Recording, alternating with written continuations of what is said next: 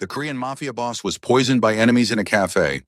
Then the black waitress's magical antidote saves him in seconds. The coffee cup shattered against the marble floor, dark liquid spreading like blood across the white tiles. Kwon Tae-yang's vision blurred as he clutched his throat, feeling the poison burn through his veins like liquid fire. Around him, the morning rush at Lunar Cafe continued. Businessmen typing on laptops, students cramming for exams, no one noticing that the most powerful crime boss in Los Angeles was dying in Booth 7. His bodyguards were outside rotating shifts. He'd wanted 5 minutes alone, 5 minutes of normalcy. It was going to cost him his life. Then she was there, the black waitress with the kind eyes who'd served him his coffee 3 minutes ago. Amara Brooks. He'd noticed her before. Noticed her every Tuesday and Thursday when he came here, though he'd never spoken beyond his order. Now she was pressing a napkin to his mouth, her warm brown eyes wide with fear. Sir, can you hear me? Someone call 911. Tae-yang tried to speak, to warn her away, but his throat was closing. The world tilted sideways. He was going to die on a Tuesday morning in a hipster cafe in Silver Lake, and the last thing he'd see was this beautiful stranger's terrified face. There were worse ways to go, but then Amara's hands started to glow. Actually glow. Soft, golden light emanating from her palms as she pressed them against his chest. Her eyes went distant, unfocused, and she whispered something in a language he didn't recognize. The burning in his veins shifted, changed, started to cool. The golden light intensified, and Tae-yang felt the poison being drawn out of his body like water from a well. What the hell? Someone shouted. Is she glowing? Oh my God, she's glowing. Phones came out. People started filming, and Amara's eyes snapped back into focus, the light dying instantly as she realized what she'd done, what people had seen. Horror flooded her expression. No, no, no, no. She pulled her hands away, stumbling backward. Tae-yang could breathe again. His vision cleared. The poison was gone, neutralized, impossible but true. He sat up, catching Amara's wrist before she could run. Wait, what did you do to me? I don't... Her eyes darted to the phones, to the growing crowd. I have to go. I'm sorry, I have to... She yanked free and ran, disappearing through the kitchen, leaving Tae-yang sitting in a puddle of spilled coffee, alive when he should be dead, with a dozen witnesses and too many questions. His bodyguards burst through the door, weapons drawn, scanning for threats. Tae-yang stood on shaking legs, his mind racing. Someone had poisoned him. Someone close enough to access his coffee before it reached his table, and a waitress with impossible golden light in her hands had saved his life. He needed answers to both mysteries. Now. Amara didn't stop running until she reached her apartment in Echo Park, 3 miles away, lungs burning and heart hammering. She slammed the door behind her and slid down to the floor, shaking uncontrollably. Stupid, stupid, stupid, stupid. 26 years of hiding her gift. 26 years of her grandmother's warnings ringing in her ears. Never let them see, baby girl. Never let them know what you can do. They'll fear you, use you, destroy you. And she just used her healing magic in front of 50 people with smartphones. Her phone was already blowing up. Texts from her coworkers, missed calls from her manager, notifications from social media apps she barely used. She turned it off with shaking hands and tried to breathe. Tried to think. The man in the booth. She'd been watching him for weeks. How could she not? He was beautiful in a dangerous way, with sharp cheekbones and eyes that seemed to see through everyone. He always sat alone, always ordered the same thing. Black coffee, no sugar. Always left exactly a $20 tip for a $4 coffee. And he radiated power like other people radiated heat. Today she'd brought him his usual order, and something in her chest had tightened. A warning. Her grandmother had called it the knowing. The sense when something was deeply wrong. Amara had almost said something. Almost warned him not to drink the coffee. But how do you tell a stranger their drink is poisoned without sounding insane? Then he drunk it anyway, and the knowing had exploded into certainty. She'd watched him start to seize, watched his lips turn blue, and every instinct had screamed at her to help. She'd reached for him before her brain could catch up, and the magic had poured out of her like it always did when someone was dying. Unstoppable. Inevitable. A knock at the door made her jump. Amara, you in there? Girl, what the hell happened? Her best friend and roommate, Nia, was home early from her nursing shift. Amara opened the door, and Nia took one look at her face before pulling her into a hug. Okay, deep breaths. Tell me what happened. I healed someone, in public, in front of everyone. The words tumbled out. There were phones, Nia. So many phones. And I couldn't stop it. I couldn't let him die. Slow down. Start from the beginning. Nia guided her to the couch, and Amara told her everything about the beautiful man with the dangerous eyes, the poisoned coffee, the golden light she couldn't control. Shit, Nia said when she finished. Okay, we can handle this. Maybe people will think it was the lighting or some kind of trick. Nia, my hands were glowing. I was literally glowing like a human flashlight. Amara laughed, slightly hysterical. There's no explaining that away. Then we need to figure out our next move before... The door rattled with heavy pounding. 3 sharp knocks. Amara Brooks, we need to speak with you. Please open the door. The voice was accented, Korean, and carried the weight of someone used to being obeyed. Amara and Nia exchanged terrified glances. Don't answer it, Nia whispered. We know you're inside, Ms. Brooks. We're not leaving until we talk. You can make this easy or difficult. Your choice. Who are you? Amara called through the door. Security for the man you saved. He wants to thank you personally. I'm fine. No thanks necessary. Please leave. A long pause, then, Ms. Brooks, you saved my employer's life. He's not the kind of man who leaves debts unpaid. And there are complications from this morning that require discussion. Please, 5 minutes of your time. Nia shook her head frantically, but Amara's knowing was stirring again.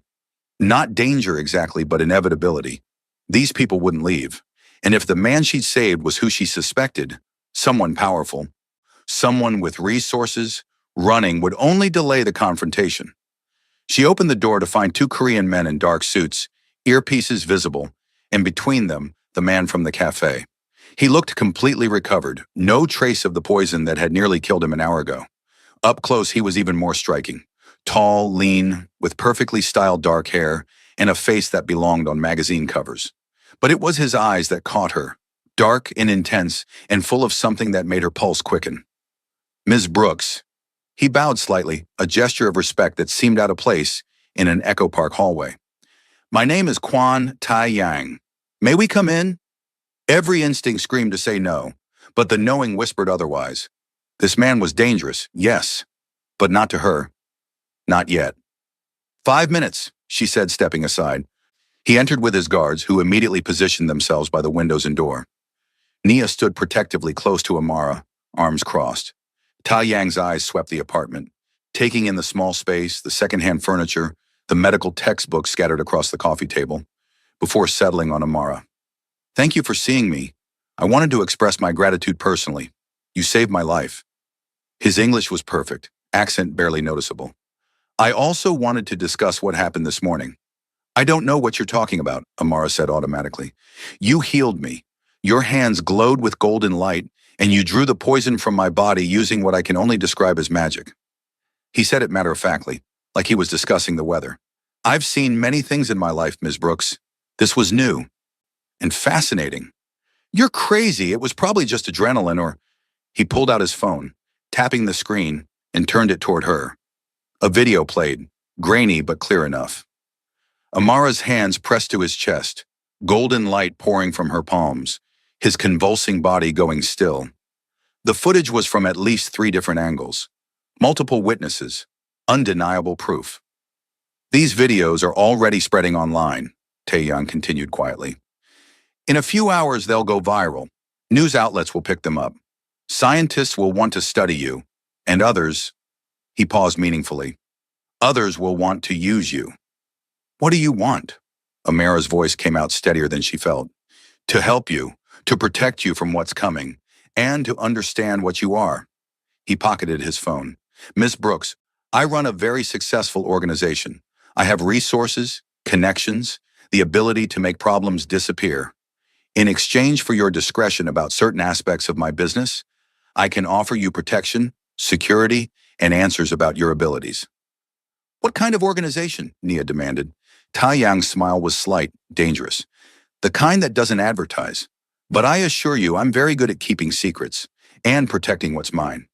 I'm not yours, Amara said sharply. No, but you saved my life, which creates a debt, And I always repay my debts. His eyes held hers.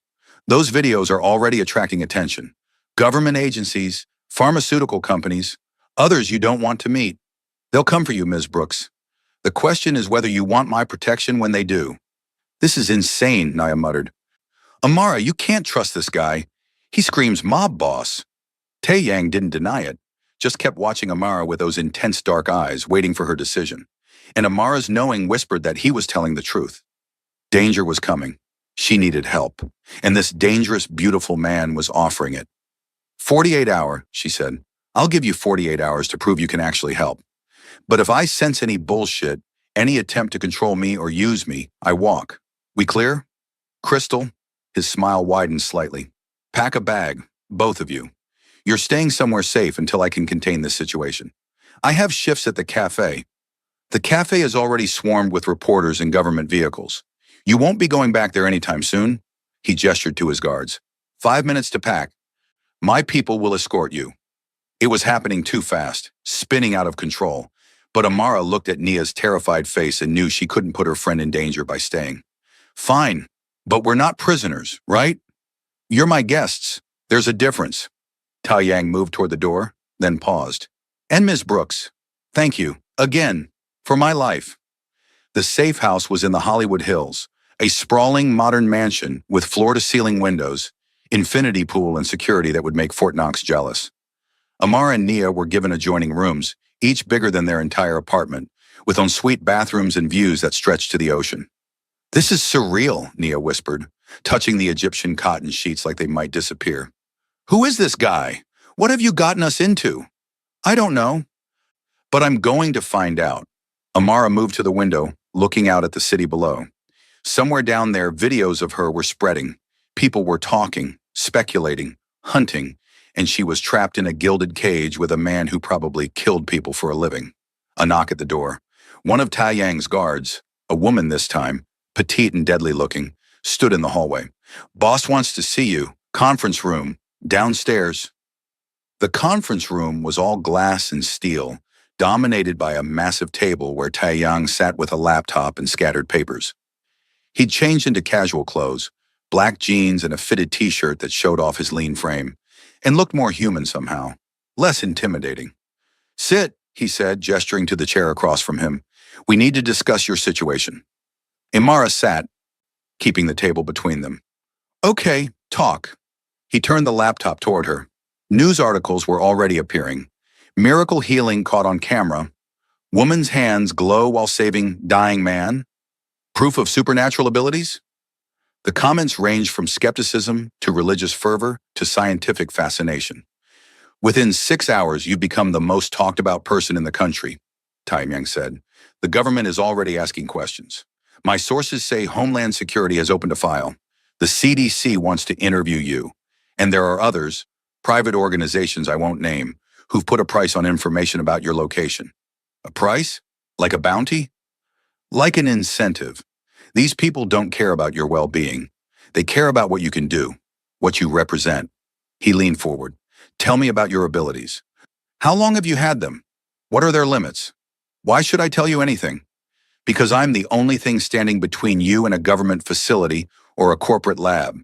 Because I have resources to help you, but I need information to do it effectively. His expression softened slightly. And because I'm curious. You saved my life with magic, Ms. Brooks. That deserves an explanation. Amara studied him, this beautiful, dangerous man who'd invaded her life. Her knowing didn't scream danger, just interest, curiosity, something else she couldn't name. My grandmother had the gift, she said finally. She called it the healing touch. She could cure diseases, mend broken bones, draw out poisons. She died when I was 16, but not before teaching me everything she knew. And your parents? Never knew them. Grandma said my mother had the gift too, but it burned her out. Using it too much, too often, until there was nothing left. Amara's hands trembled slightly. That's the price. Every time I heal someone, it takes something from me. Energy, life force, whatever you want to call it. Grandma said some healers die young because they give too much. Tae-yang's expression darkened. And yet you used it on me. A stranger, knowing the cost. I couldn't let you die. My knowing, my intuition, it wouldn't let me walk away. This knowing, it warned you I was poisoned? Yes. Before you even drank the coffee, I knew something was wrong. But I didn't know how to warn you without sounding crazy. He sat back, processing. The poison was ricin, extremely lethal. My people are investigating who had access to my coffee, but it means someone in my organization has turned. Someone close enough to get to me. His jaw tightened. You didn't just save my life, Ms. Brooks. You exposed a traitor. Who would want you dead? A bitter smile. The list is long. I run the Kwan family operations in Los Angeles. Import-export, entertainment, protection services. Some legal, some...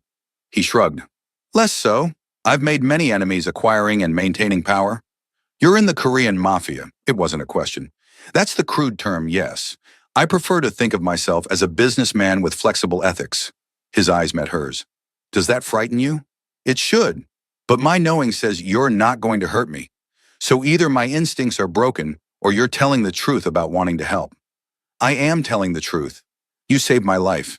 In my world, that creates a bond, an obligation. I will protect you from what's coming, Ms. Brooks. I promise you that. Amara, if we're doing this, you can call me Amara. His smile was genuine this time, reaching his eyes. Amara, beautiful name. It means eternal in Sanskrit. It means bitter in Hebrew. My grandmother had a sense of humor. Bitter and eternal, fitting for someone with your gift. He stood, moving to a small bar in the corner. Drink? This conversation calls for it. It's 2 p.m. I was poisoned this morning. I'm making exceptions. He poured 2 glasses of whiskey, bringing one to her. To surviving impossible situations? Amara took the glass, studying the amber liquid. Her knowing didn't scream poison, but after this morning, she was paranoid. Tae Yang seemed to read her hesitation. He switched their glasses, drinking from hers first, then sliding it back. See? Safe. That's not how poison works. You could have built up immunity. True, but I didn't. He raised his glass. Trust has to start somewhere, Amara. She drank. The whiskey burned going down, smooth and expensive. So what now? I hide here forever while you hunt for the person who tried to kill you? No, we're going to be more proactive than that. Taeyong pulled up another screen on his laptop. I have a plan, but it requires your cooperation and your abilities. I'm not healing people for you. I'm not some weapon you can point at your enemies. I'm not asking you to be, but I do need you to demonstrate your abilities. Controlled setting, verified witnesses, scientific documentation. Why? Because right now, you're a viral video and a mystery. That makes you vulnerable. But if we control the narrative, show the world what you can do on our terms, you become something else, someone with value, someone important people want to protect, not dissect. Amara set down her glass. You want to weaponize my gift, just in a different way. I want to protect you and myself. My enemies see that video. They'll try to get to me through you. But if the world sees you as something precious, something unique, they'll think twice.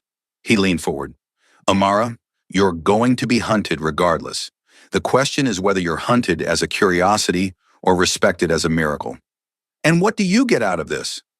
The woman who saved my life, protected, my debt repaid, and possibly, he paused, possibly a friend. I don't have many of those. The vulnerability in his voice caught her off guard. This dangerous man, admitting loneliness. You're very good at this, Amara said quietly. At what? Making me want to trust you when I absolutely shouldn't. His smile was soft, almost sad. I'm not manipulating you, Amara. I'm being honest. For the first time in years, I'm being completely honest with someone. It's refreshing. They looked at each other across the table, and something passed between them. Recognition, maybe. 2 people with dangerous gifts, trying to survive in a world that would destroy them for being different. Amara felt her knowing stir. Not a warning this time, but something warmer. This man would change everything. For better or worse, he was now part of her story. Okay, she said, I'll do your demonstration. But on my terms. I choose who I heal. I choose when and where. And you answer every question I have about your world truthfully. Deal. Taeyang extended his hand across the table. Partners? Amara took his hand, Feeling warmth spread from the contact. Partners, for now. The demonstration was set for 3 days later at UCLA Medical Center. Tai Yang had pulled strings Amara didn't want to understand, getting them access to a private wing and assembling an audience of doctors, scientists, and carefully selected media. The patient was a 10-year-old girl named Sophie Chen, dying of leukemia, who'd exhausted all treatment options. You don't have to do this, Taeyong said as they prepared in an antechamber. If it's too much, we find another way. She's a child, she's dying. Of course I have to do this. Amara's hands trembled as she tied her hair back. But I'm scared. I've never healed someone this sick before. What if it doesn't work? What if I make it worse? Then we handle it, together. He stepped closer and Amara caught his scent. Sandalwood and something darker, more exotic. You're extraordinary, Amara. Trust yourself. Their eyes met, and Amara felt her pulse quicken. God, he was beautiful and dangerous, and looking at her like she was something precious. This was a terrible idea, getting attached to a criminal who dragged her into his world. But when he reached up and tucked a stray curl behind her ear, his fingers lingering on her cheek, Amara didn't pull away. After this is over, she whispered, you and I need to talk about what's happening here. What's happening here? His thumb brushed her jawline. This, whatever this is, because it feels like more than gratitude. It is more. His voice was low, intense. From the first Tuesday you served me coffee, I've been drawn to you. Your kindness, your strength, the way you see people, and now that I know what you really are? He leaned closer until their faces were inches apart. Now I'm fascinated, captivated, falling. Tai Yang! The moment broke. Tai Yang stepped back, professional mask sliding into place, but his eyes stayed warm, promising they'd continue this conversation later. Amara took a deep breath and followed him into the demonstration room. Sophie lay in a hospital bed, tiny and frail, skin translucent over visible bones. Her parents clutched each other nearby, hope and terror warring in their expressions. Around the room, doctors, researchers, and 3 carefully vetted journalists watched with clipboards and cameras. Hi, Sophie, Amara said softly, approaching the bed. My name is Amara. I'm going to try to help you feel better, okay? Are you an angel? Sophie's voice was barely a whisper. No, sweetheart, just a woman with a gift. Can I touch your hands? Sophie nodded, and Amara took those small, cold hands in hers. She closed her eyes, reaching for the power that lived beneath her skin. It rose immediately, eager, flooding through her arms and into her palms. Golden light began to glow, and she heard gasps from the observers. But Amara blocked them out, focusing entirely on Sophie. She felt the cancer-like shadows in the girl's body. Dark, hungry, consuming her from the inside. Amara's gift wrapped around those shadows, drawing them out cell by cell, neutralizing their poison, rebuilding what they destroyed. The light intensified, so bright people had to shield their eyes. Amara felt the drain, the pulling sensation as her own life force poured into Sophie's dying body. Her grandmother's warnings echoed, don't give too much. Don't burn yourself out. But Sophie was a child, deserved life, deserved a future. Amara gave everything she had. When the light finally faded, Amara collapsed backward into someone's arms. Tai Yang's arms, she realized dimly. He held her upright as the room erupted in shocked exclamations. Sophie sat up in bed, color returning to her cheeks, eyes bright and clear. Mommy, I'm hungry. Can I have pancakes? Her mother sobbed, crushing her daughter in a hug. Doctors rushed forward with instruments, checking vitals, taking readings. Amara heard fragments of their shocked voices. Complete remission? Impossible. Every marker normal. No trace of disease. You did it, Tai Yang whispered in her ear, holding her steady. You saved her. I'm so tired, Amara murmured. The world was spinning, gray at the edges. I've got you. Rest now. I'll handle everything else. His arms tightened and Amara let herself drift, trusting this dangerous man to keep her safe while she recovered from giving too much of herself away. She woke in a hospital bed, private room, monitors beeping steadily, IV in her arm. Nia sat in a chair beside her, medical journal open but clearly not reading it. Hey, Amara croaked. How long was I out? 18 hours. You scared the shit out of me. Nia closed the journal, expression torn between relief and anger.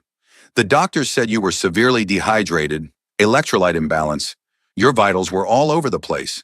Amara, you almost died. Sophie? Completely healthy. It's a miracle, literally. Nia leaned forward. The videos are everywhere. You're all over the news. Real-life healer cures cancer. Proof of divine intervention. Woman's gift challenges science. You're famous, girl, and that terrifies me. Where's Tai Yang? Your mob boss boyfriend? Handling the media circus. He's been running interference, making sure no one gets to you. Nia's voice softened. He hasn't left the hospital. Slept in a chair outside your room. I think he really cares about you. He's not my boyfriend. Maybe not yet. But the way he looks at you, Nia raised an eyebrow. That man is falling hard. Before Amara could respond, the door opened. Taeyang entered, and Amara's breath caught at the sight of him, rumpled, exhausted, but his whole face lighting up when he saw her awake. You're awake, thank God. He crossed to her bedside, taking her hand gently. How do you feel? Like I got hit by a truck, but alive. She squeezed his fingers. Thank you for taking care of me. Always. His eyes held hers, warm and intense. The demonstration worked, by the way. You're a sensation, but it's also complicated things. How complicated? The government wants to meet with you. Officially, NIH, CDC, Homeland Security, everyone wants a piece. But I've negotiated terms. No compulsory testing, no detainment, full autonomy. In exchange, you agree to occasional consultations and don't heal anyone without documentation. They're trying to control my gift. They're trying to understand it and protect national security. Imagine if hostile nations got someone with your abilities. He sat on the edge of her bed. But I won't let them exploit you. You have my word. Why are you doing this? Really? Amara studied his face. You've repaid any debt you owed me 1,000 times over. Why keep protecting me? Taeyang was quiet for a long moment. Then, because for the first time in my life, I've met someone who sees me as more than my name or my power.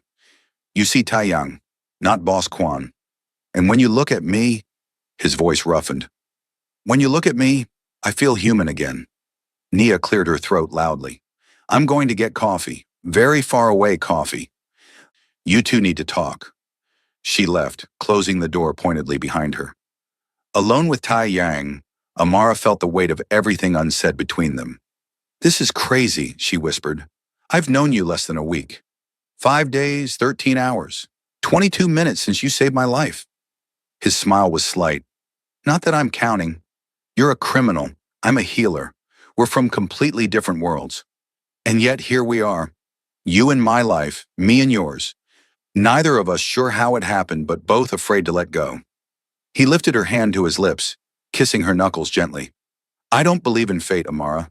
I build my own future. But meeting you feels like destiny. Taeyang, I can't be with someone who hurts people, who kills. I've spent my whole life healing. I can't love someone who destroys. I know. And I can't promise I'll ever be completely clean. My world is dark, violent, built on blood and money. His eyes blazed. But for you, I want to be better. I want to be someone worthy of your light. Tell me how, and I'll try. Amara's heart was pounding. You're serious. Completely. You saved my life, Amara. Let me spend it trying to deserve you. She should say no, should protect herself from the inevitable heartbreak. But her knowing whispered differently. This man, for all his darkness, had light inside him. Light that had been buried under duty and violence and survival. And maybe, just maybe, she could help him find it again. Okay, she whispered. Let's try. But slowly and honestly. No more secrets. No more secrets, he agreed. Then hesitantly. Can I kiss you? You're asking permission? After everything? Consent matters. Even when you're falling in love. Amara's breath caught. Love? Already? I'm a man who makes fast decisions. And I decided 5 days ago that you were going to change my life. His thumb brushed her cheek. So yes, I'm falling in love with you. Terrifying and illogical as that is. It's completely insane. Most worthwhile things are. He leaned closer, giving her time to pull away. When she didn't, his lips met hers. Soft, careful, reverent. The kiss deepened slowly, and Amara felt warmth flood through her. This was different from her healing magic. This was connection, chemistry, something entirely human and entirely magical at once. When they finally broke apart, Tai Yang rested his forehead against hers. Rest now, recover, and when you're ready, we face the world together. Together, Amara agreed and let her eyes drift closed, his hand warm in hers, feeling safer than she had in years. The government meetings were tedious but necessary. Amara, with Tai Yang beside her and a lawyer he'd hired, negotiated terms for her cooperation. She would consult on medical cases when asked, demonstrate her abilities for scientific study under controlled conditions, and help develop understanding of healing magic. In exchange, she retained full autonomy, couldn't be compelled to heal anyone, and would receive compensation for her time. The government wasn't happy with the terms, but Tai Yang's lawyers were relentless, and public opinion was firmly on Amara's side. She was a miracle, not a weapon. Meanwhile, Tai Yang's investigation into who'd poisoned him was bearing fruit. One of his mid-level lieutenants, a man named Park Jin-woo, had been receiving payments from a rival organization, the Zhang family, Chinese syndicate trying to expand into Korean territory. He confessed, Tai Yang told Amara over dinner at the safe house. They'd fallen into a routine, breakfast together, Tai Yang handling business while Amara worked with researchers, dinner where they talked about everything except the darkness of his world. Jinwoo admitted to poisoning my coffee, said the Zhangs offered him a fortune and protection if I died. What will you do to him? Amara asked quietly. Tai Yang set down his chopsticks. Traditionally, he'd be executed. Traitors don't live in my world. And now, with me in your life? Now I'm trying to be better. So instead of death, exile, Jin Woo leaves the country, never returns, forfeits all assets. His family is protected but disgraced. He lives with the shame of betrayal. That's surprisingly merciful. Don't mistake mercy for weakness. I'm still having his co-conspirators dealt with. The Zhang family will learn that poisoning me has consequences. His eyes darkened. But I'm trying, Amara. Trying to find ways to maintain power without maximum violence. I appreciate that, really. She reached across the table, taking his hand. It means something that you're trying. They'd been living in this careful balance for 2 weeks now, growing closer, kissing frequently, but not taking things further. Both aware of the danger, the complications, the impossibility of their situation, but also unable to deny the connection growing between them. Come with me tomorrow, Tai Yang said suddenly. I want to show you something. Show me what? My world. The real version, not the violence and crime you imagine, but the community, the people I protect. Let me prove I'm not just a monster. I don't think you're a monster. Don't you? Even a little? His smile was sad. I see how you look at me sometimes. When I take calls about business, when my people report in, you see the darkness I carry. I see a man trying to change. That matters more than what you were. Then come with me tomorrow. See why I do what I do. Understand the people who depend on me, and decide if you can really love someone with blood on his hands. Amara's knowing stirred, not warning, but encouragement. Okay, show me. The next day, Tai Yang took her to Koreatown. Not the touristy areas, but the back streets where families lived, where Korean immigrants built businesses and communities far from their homeland. He walked her through markets where vendors called out greetings, bowing respectfully, showed her restaurants his family funded, apartment buildings they maintained at below market rent. My grandfather came here with nothing, Tai Yang explained as they walked. He built the Kwan family not through violence, but through protection. Korean businesses were being extorted, robbed, destroyed. Police didn't care. So my grandfather organized the community, provided security, made sure our people could thrive. And it evolved into organized crime. It evolved into survival. The legal system failed us, so we created our own. Yes, we control gambling, protection services, import-export. But we also fund scholarships, help new immigrants find work, protect our community from outside threats. He stopped at a small playground where children laughed and played.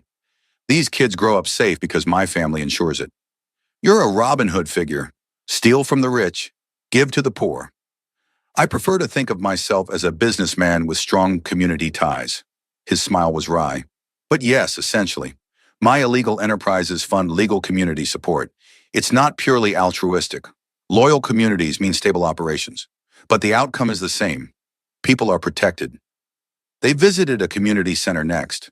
Kids doing homework with tutors, elderly Koreans playing baduk, young mothers in English classes. All of it funded by Tai Yang's businesses. The director, an older Korean woman, hugged him fiercely and spoke rapidly in Korean that Amara didn't understand. She's thanking me for the new computer lab, Tae Yang translated, and asking if you're my girlfriend. He glanced at Amara, eyebrow raised. What should I tell her? Amara's pulse quickened. They hadn't defined what they were, hadn't had that conversation. But looking at Tai Yang in the middle of the community he protected, seeing the respect and genuine affection people had for him, she realized her answer. Tell her yes. Tai Yang's smile could have lit the whole city. He turned back to the director, speaking Korean again, and the woman's face brightened. She pulled Amara into a hug, chattering excitedly. She says you're beautiful and perfect for me, Tai Yang translated, grinning, and that it's about time I found someone to settle down with.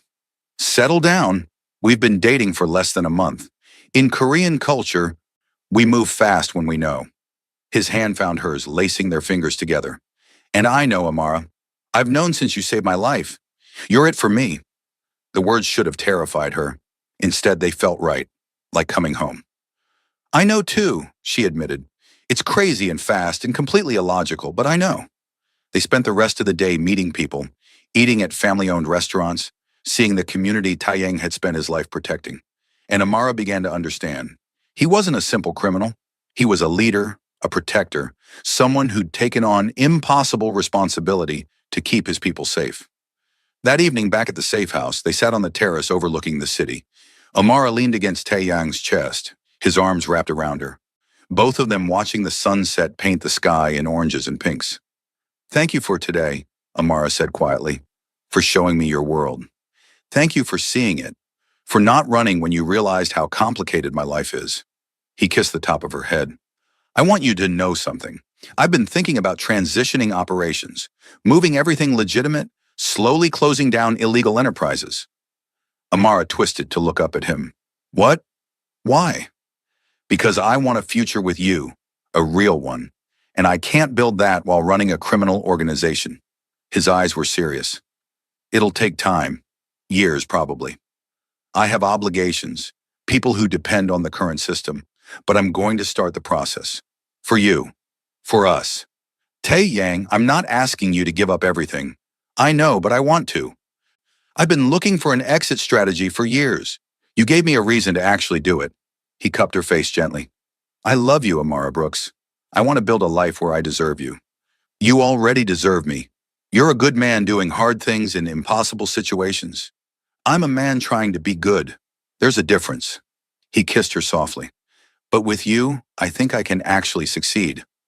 Amara kissed him back, deeper this time, and felt his arms tighten around her. The kiss evolved into more. Hands roaming, breath quickening, both of them drowning in sensation. Stay with me tonight, Ta Yang whispered against her lips. Not because of gratitude or obligation, because I want you, because I'm in love with you, because I've been dreaming about this since the moment I saw you. Yes, Amara breathed. God, yes. They moved to his bedroom, a space she'd never entered, all dark wood and masculine elegance. Tai Yang undressed her slowly, reverently, like she was something precious. And when they finally came together, it felt like more than physical connection. It felt like magic of a different kind.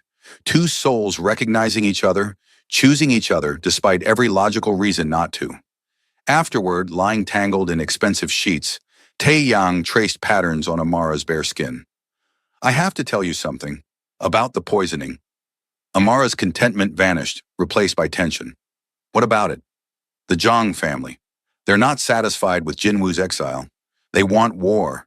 They know about you, about what you can do, and they see you as leverage against me. Fear spiked through her. They're coming after me? They're going to try. But I won't let them reach you. I've increased security, put my best people on your protection detail, and I'm negotiating with other family heads to pressure the Zhangs into backing off. What if they don't back off? Tai Yang's expression went cold, dangerous. Then I remind them why the Quan family has controlled Los Angeles for 3 generations. I destroy them so completely that no one ever threatens what's mine again. Tai Yang, I know, violence shouldn't be the answer. But Amara, you're my weakness now. The one thing they can use against me. And I will burn this entire city to ash before I let anyone hurt you. The possessive declaration should have frightened her. Instead, it sent warmth flooding through her chest. I can protect myself. I have magic, too. Healing magic, not fighting magic. He pulled her closer. Promise me you'll be careful. Promise me you won't take unnecessary risks. I promise, if you promise the same. Deal. He kissed her forehead. Now sleep. Tomorrow we plan our next moves. Tonight, just be with me. Amara let herself drift off in his arms, feeling safer than logic dictated she should, trusting this dangerous man to keep the monsters at bay. The attack came 3 days later. Amara was at the community center in Koreatown, teaching a first aid class. Tai Yang's security team positioned discreetly throughout the building. Everything seemed normal, safe, until the windows exploded inward and armed men poured through. Chinese gang members, faces covered, weapons drawn. Screams erupted as civilians dove for cover. Taeyang's guards returned fire, but they were outnumbered. Amara Brooks, one of the attackers shouted.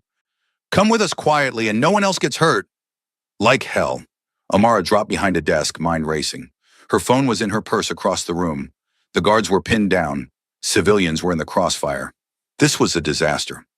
Then she saw him, a young guard, barely 20, taking a bullet to the chest. He went down hard, blood spreading across his shirt. Without thinking, Amara ran to him, sliding across the floor. Her hands found the wound and golden light flared. There, someone shouted. She's healing him! Grab her! Rough hands yanked Amara up, tearing her away from the guard. She struggled, screaming, kicking back hard. One attacker went down, but there were too many. Something hard hit the back of her head, and the world went gray. She woke zip-tied to a chair in a warehouse, industrial, abandoned, echoing. Pain throbbed in her skull. Blood trickled down her neck. Across from her sat an older Chinese man in an expensive suit, flanked by armed guards. Ms. Brooks, so good of you to join us. His English was perfect, accent barely noticeable. I am Zhang Wei, head of the Zhang family operations, and you are going to help me destroy Quan Taeyang. Go to hell, Amara spat. Zhang Wei smiled, pleasant and terrifying. Defiant. I respect that, but you don't understand your situation. I have you. Taeyang cares about you. He'll trade anything to get you back. Territory, businesses, his own life. You're the key to everything. He'll kill you, all of you. Perhaps, but first he'll bargain. And while he bargains, you're going to demonstrate your healing abilities for my organization. I have people who need your services. And you will heal them, or civilians start dying. I won't heal criminals. You'll heal whoever I tell you to. Or I start executing the 20 hostages we took from the community center. 1 every hour until you comply. He gestured, and a screen lit up, showing terrified Koreans bound and gagged in another room. Your choice, Ms. Brooks. Save my people, or watch innocents die. Amara's knowing screamed danger, but also something else. Opportunity. Fine, I'll heal your people, but I need my hands free, and I'll need to touch them directly. No healing through barriers. Zhang Wei considered, then nodded to his guards.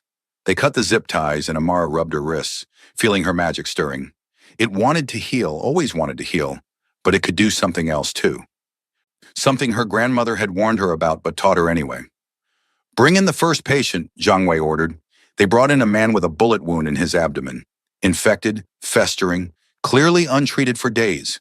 He was dying and he knew it. Fear and pain twisted his features. Heal him, Zhang Wei commanded. Amara placed her hands on the wound, letting golden light flow. But this time, she directed it differently. Instead of drawing out poison, she pushed it deeper. Instead of healing cells, she multiplied the infection. The light looked the same, felt the same to observers. But what she was doing was the opposite of healing. The man's eyes widened in agony. He screamed, convulsing. The infection spread rapidly, fever spiking, organs beginning to shut down. What are you doing? Zhang Wei shouted. I'm healing him, Amara said calmly, even as the man died in front of her. Or trying to. Sometimes patients are too far gone. Sometimes they can't be saved. She met Zhang Wei's eyes. Bring me another. Maybe I'll have better luck. Rage flooded his expression. You're killing them. Prove it. My hands glow golden. It looks like healing. But you're right. Sometimes my gift doesn't work. Sometimes people die anyway. Her smile was cold. So what's it going to be? Keep bringing me your people so I can kill them slowly? Or let me go and hope I don't tell everyone that the great Zhang Wei threatened children to force a healer to murder his own men? Zhang Wei's hand moved to his gun. For a moment, Amara thought he'd actually shoot her, but then gunfire erupted outside the warehouse. Explosions, screams, and the door burst open to reveal Tai Yang, covered in blood, eyes blazing with fury, and a small army at his back. Get away from her, Tai Yang snarled, gun trained on Zhang Wei's head. Now! Everything happened fast. Zhang Wei's guards opened fire. Tai Yang's people returned it. Amara dove behind cover as bullets shredded the space. She saw Tai Yang moving like liquid death, taking down attackers with brutal efficiency. Saw his second-in-command, a woman named Li Sun-hee, drag Amara toward an exit. We need to get you out, Sun-hee shouted over the gunfire. Not without Tai Yang. He'll follow. Move! Sun-hee practically carried Amara out of the warehouse and into a waiting SUV. They sped away as the building erupted in flames behind them, and Amara's heart was in her throat. Was Tai Yang inside? Was he hurt? Her phone buzzed, a text from an unknown number. I'm fine. Go to the safe house. I'll meet you there. I love you. Tai relief flooded through her. He's okay. He's alive. Of course he is. Boss is like a cockroach. Impossible to kill. Sun-hee's voice was fond despite the situation. He cares about you, you know. I've never seen him like this. Vulnerable. Human. I care about him too. More than I should. Love doesn't care about should. It just is. Sun-hee glanced at her. You're good for him. Make him remember he's more than just the family head. Please don't give up on him. I won't, I promise. Tai Yang arrived at the safe house 2 hours later, exhausted and streaked with blood, but whole. Amara threw herself into his arms and he caught her, holding her so tightly she could barely breathe. I thought I lost you, he whispered into her hair. When they took you, I've never been that afraid in my life. I'm okay. I'm here. We're both okay. She pulled back, checking him for injuries. Are you hurt? Whose blood is this? Not mine. Zhang Wei's people. His expression was grim. It's done, Amara. Zhang Wei is dead. His organization is scattered. No one will threaten you again. You killed him. I did. And I'd do it again. His eyes blazed. He took you, threatened you, made you use your gift to kill his own people. Yes, Sun-hee told me what you did. Brilliant and terrifying, by the way. Amara looked down at her hands, remembering. I killed a man today, used my healing to destroy instead of save. My grandmother would be horrified. You survived, that's what matters. Tai Yang tilted her chin up. Amara, you are not defined by one act of self-defense. You've saved countless people. One death in service of protecting yourself doesn't erase that. It feels like it should. I know, but it doesn't. You're still good, still light, still everything beautiful in this dark world. He kissed her forehead. And I'm going to spend the rest of my life making sure you never have to make that choice again. How? By killing everyone who threatens me? No, by getting out, like I promised. He led her to the couch, pulling her down beside him. I've been negotiating with the other family heads. Quan family operations are transitioning to legitimate businesses over the next 2 years. I'm stepping down as head, installing my cousin in my place. We're out, Amara. We're really getting out. Hope bloomed in her chest. You're serious? You'd really walk away? For you? I'd walk away from everything. You saved my life, showed me there's more than violence and power. I want that more. I want a future with you. Marriage. Maybe kids someday. Building something good instead of maintaining something dark. Tears stung Amara's eyes. I love you. God, I love you so much it terrifies me. Then marry me. The words came out urgent, desperate. I know it's fast. I know we've barely had time to process everything. But Amara, life is short and dangerous and uncertain. I don't want to waste another second not being yours completely. Are you proposing? Right now? Covered in blood in a safe house after a gun battle? Yes, it's very on brand for us. His smile was soft despite the gravity. Amara Brooks, will you marry me? Build a life with me? Help me be the man you deserve while I protect you from every threat this world can throw at us? She should say it was too soon, should demand more time, more certainty. But her knowing whispered this was right. This was her future, standing in front of her, asking for forever. Yes, yes, you insane, beautiful, dangerous man. I'll marry you. He kissed her then, deep and desperate and full of promise. And Amara kissed him back, tasting blood and smoke, and the future they'd build together. Against all odds, against all logic, they'd found each other, and they weren't letting go. The transition out of criminal operations took 18 months. Taiyang kept his word, slowly, methodically closing illegal enterprises, moving resources into legitimate businesses, hotels, restaurants, import companies. He faced resistance from older generation members who saw it as weakness, but Amara stood beside him through every negotiation, every difficult decision. They married 6 months in, small ceremony, just close friends and family who understood their unconventional story. Nia was maid of honor. Sun He stood up for Taeyang. And when they exchanged vows promising to protect and cherish each other, Amara felt her magic flare golden, blessing their union. Meanwhile, Amara's reputation as a healer grew. She worked with UCLA Medical Center on a consultative basis, healing cases other doctors couldn't solve. But she was selective, careful not to burn herself out like her mother had. She learned her limits, honored them, and found ways to use her gift that didn't destroy her in the process. She also started teaching, working with researchers to understand healing magic, documenting everything her grandmother had taught her. If there were others with similar gifts out there, hiding in fear like she had, Amara wanted them to know they weren't alone. The media attention never fully died down, but it became manageable. Amara Brooks, the miracle healer, was a known quantity now, respected, protected by powerful interests, no longer vulnerable to exploitation. But danger still found them occasionally. The attack came on their first wedding anniversary. They were at a restaurant in Koreatown, the same one where Taeyang had first told Amara about his world, celebrating with close friends. Security was present but discreet. Everything felt safe, until a man approached their table, gun hidden under his jacket. Amara's knowing screamed warning half a second before he drew the weapon. "For Zhang Wei," the man snarled, aiming at Taeyang. Time slowed. Amara saw the finger tightening on the trigger, saw Taeyang reaching for his own weapon, knew neither would be fast enough.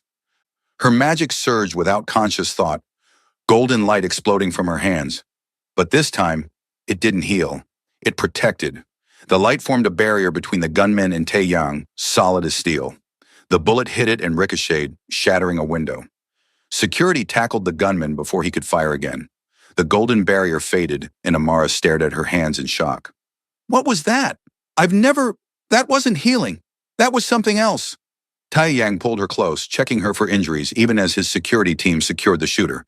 "You created a shield, protected me." Wonder filled his voice. "Your magic evolved." "I don't understand. Grandmother never mentioned protective magic, only healing." "Maybe she didn't know. Or maybe your magic is adapting, growing stronger." He cupped her face. "You saved me, again." "How many times is this now?" "I've lost count." Amara was shaking, adrenaline fading into shock. "He tried to kill you. On our anniversary. Someone's still after you. Zhang Wei's son, seeking revenge for his father's death." Taeyang's expression was grim. "I thought we'd neutralized all threats from that organization. I was wrong. This will never end, will it? There will always be someone wanting revenge, wanting power, willing to hurt us to get it. Maybe, or maybe this is the last one, the final ghost of my old life before we're truly free." He pulled her closer. "But Amara, I promise you, we will get through this. We will build the peaceful life I promised, even if I have to eliminate every single threat personally. No more killing, please. You promised you were transitioning out." I have. But protecting you is non-negotiable. If that means getting my hands dirty one more time, then we find another way, together." Amara gripped his hands. "Taeyang, I didn't save you from poison just to watch you become the monster you're trying not to be. We're better than this. We handle this legally. We involve authorities. We don't sink back into violence." He wanted to argue, she could see it in his eyes. The instinct to protect through force, to eliminate threats permanently. But he also saw her determination and knew she was right. Okay, we do this your way. Legal channels, law enforcement. I'll use my resources to ensure Zhang's son faces justice without martyring him. Thank you. Don't thank me yet. This is going to be harder than just killing him. The legal system is slow, corruptible, frustrating, but it's right. And we need to be right, not just effective. The legal battle took 6 months. Zhang Wei's son, Zhang Chen, was arrested, charged with attempted murder, conspiracy, and a dozen other crimes. Tai Yang's lawyers were relentless, his connections ensuring a fair trial despite attempts at intimidation. Amara testified about the attack, about Zhang Chen's shouted declaration of revenge. The jury deliberated for 3 hours before finding him guilty on all counts. 30 years in federal prison, no possibility of parole for at least 20. It's over, Tai Yang said outside the courthouse, holding Amara close while reporters shouted questions. Really over this time. We did it the right way, the legal way. Relief and exhaustion warred in Amara's voice. No more blood on our hands. Well, no new blood anyway. His smile was wry. I can't change my past, but I can choose my future. And I choose you. Always you. 2 years after their anniversary attack, Tai Yang and Amara stood in front of a newly opened community health center in Koreatown. The building was state-of-the-art, funded by Tai Yang's legitimate business empire, and designed to provide free healthcare to underserved communities. Amara ran the center's Healing Magic Research Division, working with patients who exhausted traditional medicine, teaching other healers who were slowly coming forward, documenting everything so this knowledge wouldn't die with her generation. Tai Yang had fully transitioned out of criminal operations. The Kwan family businesses were clean now, hotels, restaurants, import-export companies all operating legally. He'd kept his promise, built a legitimate empire, became someone respected in both Korean and wider Los Angeles communities. You did it, Amara said, watching people stream into the center's grand opening. Built something beautiful from darkness. We did it, together. He pulled her close, one hand resting on her stomach where their first child was growing, a daughter they'd learned last week, who would inherit both her mother's gift and her father's determination. Everything good in my life started the day you saved me. You gave me life twice, once with your magic, once with your love. I gave you life, you gave me purpose. Fair trade. She leaned into him, feeling magic stir, not just her own now, but their daughter's too, recognizing her parents. Our daughter's going to be extraordinary. She'll have you as a mother. Of course she will. He kissed her temple. Have I told you today that I love you? Only 3 times. You're slacking. I love you. 4. Amara Brooks Kwan, miracle worker, light of my life, mother of my child. I love you more than words can express. I love you too.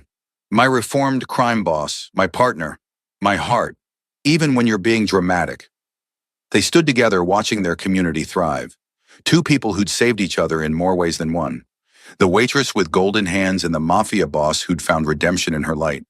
Together they'd built something impossible. A love that healed not just bodies, but souls. And in the years that followed, their daughter would grow up hearing the story of how mommy saved daddy's life with magic. How daddy protected mommy from the whole world. And how together they proved that even the darkest pasts can lead to the brightest futures. Sometimes salvation comes from the most unexpected sources. Sometimes love means seeing past the poison to the person beneath. And sometimes the greatest magic isn't healing the body, it's healing 2 broken souls and making them whole. 10 years later, Amara stood in her healing center, surrounded by students learning to control their own gifts. The world had changed. Magic was accepted now, studied, celebrated. Healers from around the globe came to learn from the woman who'd started it all. Tai Yang ran his business empire with integrity, funded research into magical abilities, and used his connections to protect gifted individuals from exploitation. The Kwan family name meant something different now. Not fear, but respect. Not power through violence, but influence through good works. Their daughter, Sunmi, was 8 years old with her mother's healing magic and her father's strategic mind. She'd already healed her first patient, an injured bird she'd found in their garden, and the golden light in her hands had been even brighter than Amara's. She's going to be more powerful than me, Amara told Tai Yang one night, watching Sunmi sleep. Good. The world needs more light, more healing, especially in the darkness. He wrapped his arms around his wife. Thank you for believing in me, for seeing who I could be instead of who I was. Thank you for choosing to change, for proving that people can be redeemed. They stood together in the quiet darkness, two people who'd found each other across impossible circumstances. The poisoned coffee in a cafe, the golden hands that saved a life, the love that grew from gratitude into something eternal. Magic comes in many forms. Sometimes it heals, sometimes it protects, sometimes it transforms, and sometimes the greatest magic of all is love, the kind that changes everything, saves everyone, and proves that even in the darkest moments, light can find a way. Kwan Taeyang had been dying in a cafe, poison burning through his veins, when a black waitress with golden hands had saved his life. Neither of them knew that moment would change everything, that the gift used to heal would evolve into protection, that gratitude would transform into love, that two broken people would find wholeness in each other. But that's the thing about magic, real magic, the kind that lives in human connection. You never see it coming. You just know, in that moment when golden light floods the darkness, that nothing will ever be the same. And sometimes that's exactly what both people needed all along.